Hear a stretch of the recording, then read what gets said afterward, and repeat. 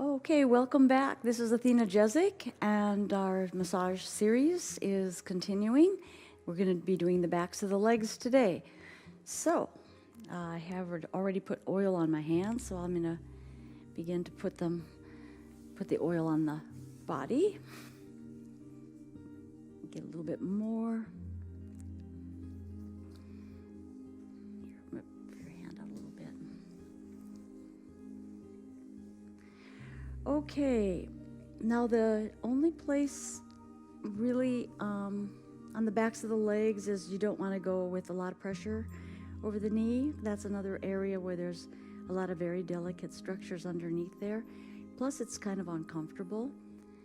The inguinal triangle is mostly in the front, so you can go a little bit deeper in there, but the part of the inguinal triangle does come into the inner thigh.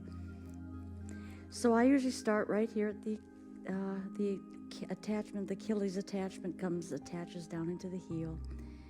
So we're just going to ride up between the gastrocnemius muscle and then to either side of that split. And then to the side a little bit more. And coming in. This is an area where a lot of people get cramps. Sometimes when people talk to me about their cramping, it could be a dehydration issue, or it could be a lack of electrolytes. So you want to make sure that you have the electrolytes. Magnesium is another one that's oftentimes deficient, and that will cause cramping. Okay. So you can just knead that out a little bit, and then you can go back up and see if the sensation has changed at all. And keep an eye on if their body's having any kind of reaction. It's one way you read the body. One of the things that's important for people is not so much in massage, because your eyes will stay open in massage, but when you get into the cranial work, a lot of cranial people want to close their eyes because they feel like we're moving up into the thigh. They feel like they're feeling it better, but the problem with that is the energy exchange sometimes can take you into places that you're not really doing the work on the body. You're giving the resistance, but you could do a lot more if you'd watch the body signals. And so it's better to keep your eyes open.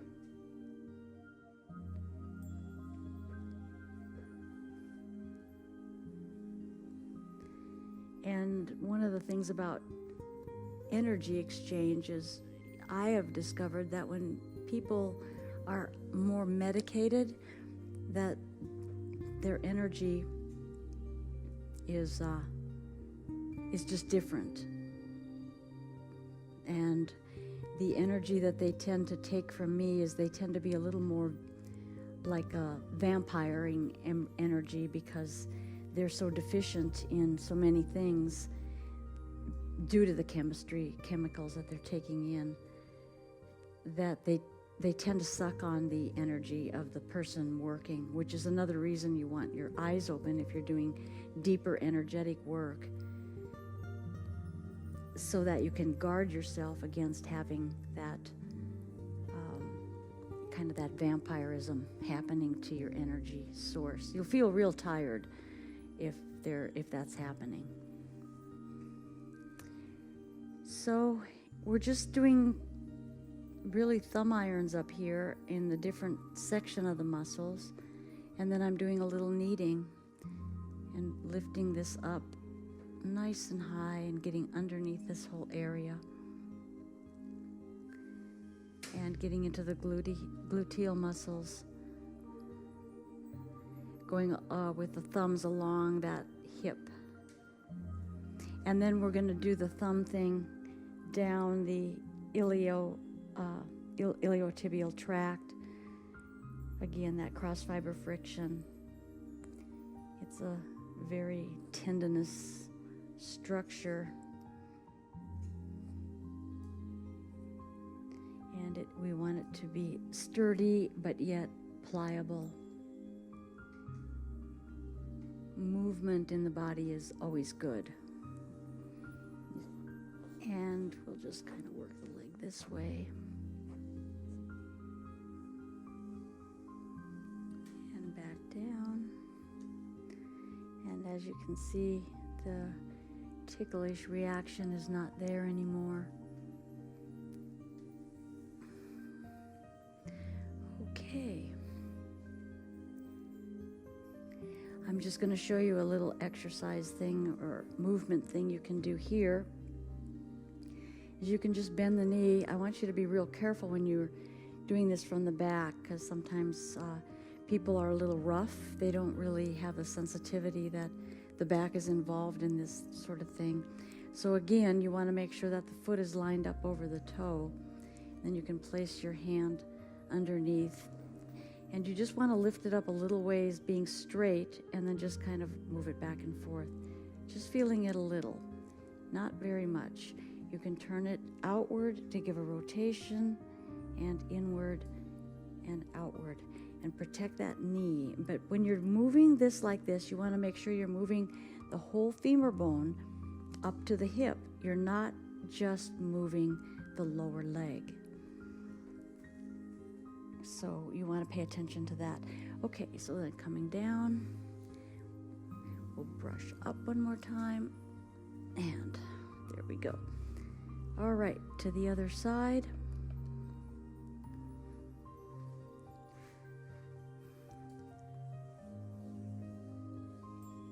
Just let your hand come out a little bit. Now we'll get to see if this knee is gonna react or... But overall, that's just part of working on different people, so just let them do what they need to do to work through that without encouraging a lot of discomfort. So here we are. We're going to go up, just starting in the middle, and then just kind of come around. Now, I lighten up the pressure a little bit here. I'm not going real super deep, but I'm going deep enough. And then I separate when I get to the knee. And then one side of this calf muscle and the other side of the calf muscle.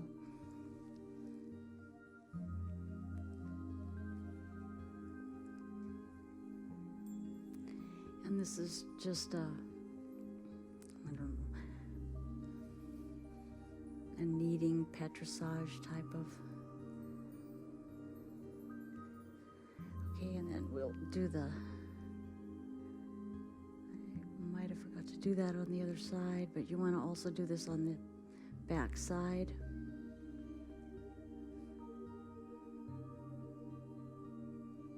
And back down. And again, then go slowly up it and feel if it's smooth. A lot of times it's just amazing. You'll feel the muscle when the first time you go up, it's all lumpy, kind of like a washboard. And then after you manipulate a little bit and move it around, it's very, very smooth.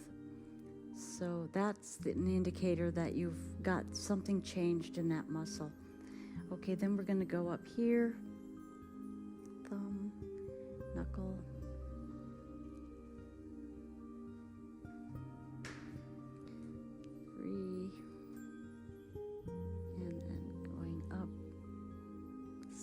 So there's the hip. You can feel into that hip. Sometimes you can work into the hip a little bit, just going around.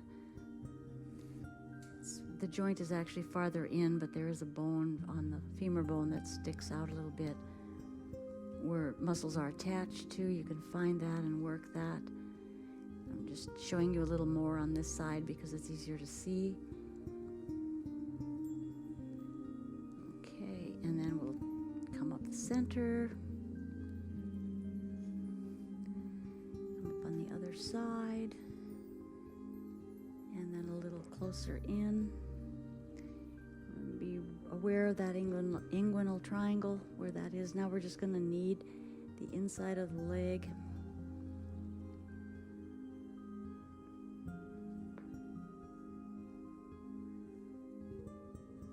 Pulling and lifting and kind of wringing out, sort of like a rag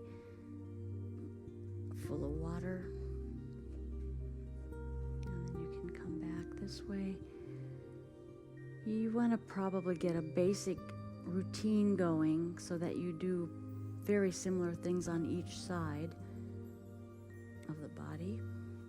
And then we can bend the leg in and up and check the alignment there, making sure that the knee is over the toe. You want to keep that alignment good. Hold it there, and then we can just lift it up and down, just little tiny lifts. And then you can rotate. Now you rotate from the hip. I need to get my hand under there a little better. Rotate from the hip. You can see how the hip moves in and out up there at the hip. You can see the rotation of that hip happening. And that's good. And then we can stretch it back down. Okay, so we finished up, working on the basic massage part for the legs and a little bit of range of motion. But I thought I would show you a little bit in case you find like a trick to getting a knot out. There's not really any knots here. And it doesn't always work that way because sometimes it needs to be unwound a little more. But let's just say, for instance, that you found a knot in the right smack dab in the middle of the calf, or right to the side where the Charlie horses oftentimes come. And when Charlie horses leave, they kind of leave tight muscles. They are so painful. So let's say that you're getting a Charlie horse in your leg and you're feeling it coming. What I find is if you take your hand and put it on it and just hold it real tight onto, let's say that she's getting a Charlie horse. You know how that goes. It starts to go down in your feet, and anything you move, it starts to move to other muscle groups. It just follows it around. But I found if I can keep my hand on the Charlie horse and tighten it down, you're going to feel a massive amount of undulation and kicking and screaming down into that muscle. It's amazing what you're going to feel, but it feels really good to hold it real tight and then be still with it and hold and hold and hold it as you just witness what's going on in there. It's like popcorn going off, and it's very unpleasant as well. But if you hold it, that helps. And then as it starts to subside, you don't want to move too fast on any of the Charlie horse stuff. But then you can begin to just take your hand and carefully, you're supposed to work up, but let's say that you're by yourself. You can just very slowly move through that muscle, and you're going to feel a lot of activity that's going on under your fingers when you go over this. A thing that I find is really helpful is if you have some rescue remedy to apply as well, but if you don't, just try to work it as best you can with your hands. In fact, actually doing this really slow, I am feeling some of the muscles doing a little bit of undulating under my fingers because I'm fairly deep in there. It may not look that way, but I'm fairly deep in. So you just move really, really, really, really slow. You know that if you move too quickly, it'll move down to your foot or it'll move up into your thigh. It'll move somewhere.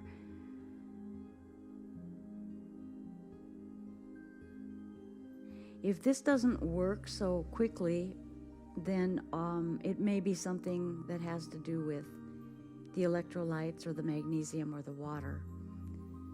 So if you can manage, if you get it at night when you're sleeping, when a lot of times they start coming, if you can have water by your bed or something just in case. And then you can go back up through that muscle very slowly and very meticulously, and feeling very carefully what all it is that you're feeling under your thumb or fingers, or whatever it is you're using. You can use your fingers too. There are some medications out there that will give you cramping and things like that. So if you are on medications and you find this to be a problem, I would urge you to take a look at the side effects and see if there's any cramping side effects going on. You can also refine a little bit here around the Achilles. You can go a little deeper into the Achilles, and then if you want, you can run yourself up, and it's going to widen. Here's a little tension. And if you feel tension, you really don't push deeper into it. What you do is you actually back out of it, and you're not going to really see backing out of it. It's a feeling, and I will give you a little hint of what it's like. It feels like you're backing out in the physical world, but at the same time you're developing how to project more energy into that space. And by doing that, I'm feeling all kinds of unwinding on the other side of her, where my fingers are over on the inside. I'm feeling that there's a big relationship right here of muscles that are unwinding. That's oftentimes how people do it. That's the connection of the fascia. The fascia is unwinding, and she's feeling where it's cinched down. So that's a good thing. And that's by going in and then backing out physically and pushing more energy in. The tissues that you work outside of the massage, the muscles are like the densest part that you work. If you work in this modality and you are tired of the muscles, when you go to either the lymph or you go to the fascial stuff, then you're dealing with very, very sensitive and delicate tissue that needs very little pressure. So that was interesting to find that, which I probably didn't even bother her. It was not anything that's so big that it bothered her, but it was a misalignment of some of the fascial structure in the leg. So let me run to the other side and test that little calf as well. So we're pretending like we have this cramp right here first. Okay, so we got the cramp. We're just gonna hold. Hold, hold, hold.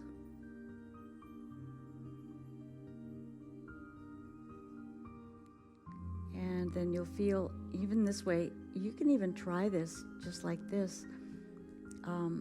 If you put that attention and intention in the palm of your hand, I'm grasping it. Now what I'm going to do here is I'm going to back my hand out at a subtle level, but at the same time I'm going to be pushing energy in, and that takes a lot of practice to do that. But when you do that, you're going to feel a whole different level of activity going on in the body. So this is unwinding some fascia. And there it goes. Now I'm going to run up and go very carefully and slowly and see if there's anything. Now I'm in the tissue. Now I'm going to back a little bit out of the tissue and push the energy in and see if I get any more feeling of correction, which there is. Okay, it feels like it's wanting me to turn a little bit. It's ever so slight. I felt something let go over here where this finger is.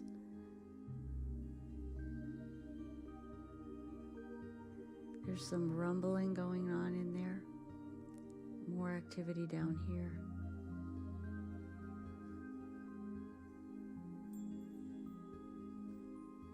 Okay. And then you can test to see, and it's very smooth now. It's actually much smoother than it was. Although it felt good before, it's smoother at a much deeper level. That's where, in my opinion, that's where a lot of the fun begins, is when you can get that deep into it. But that's also where you start to experience the vampirization of energy if you're not careful, because that takes so much focus and so much attention and intention, and you're getting into a whole different sphere of work. Okay, so this is the end of the legs. We have a little more in the series. Hope you would join us for the remainder of the series. We'll see you next time. Thank you so much. This is Athena Jezik.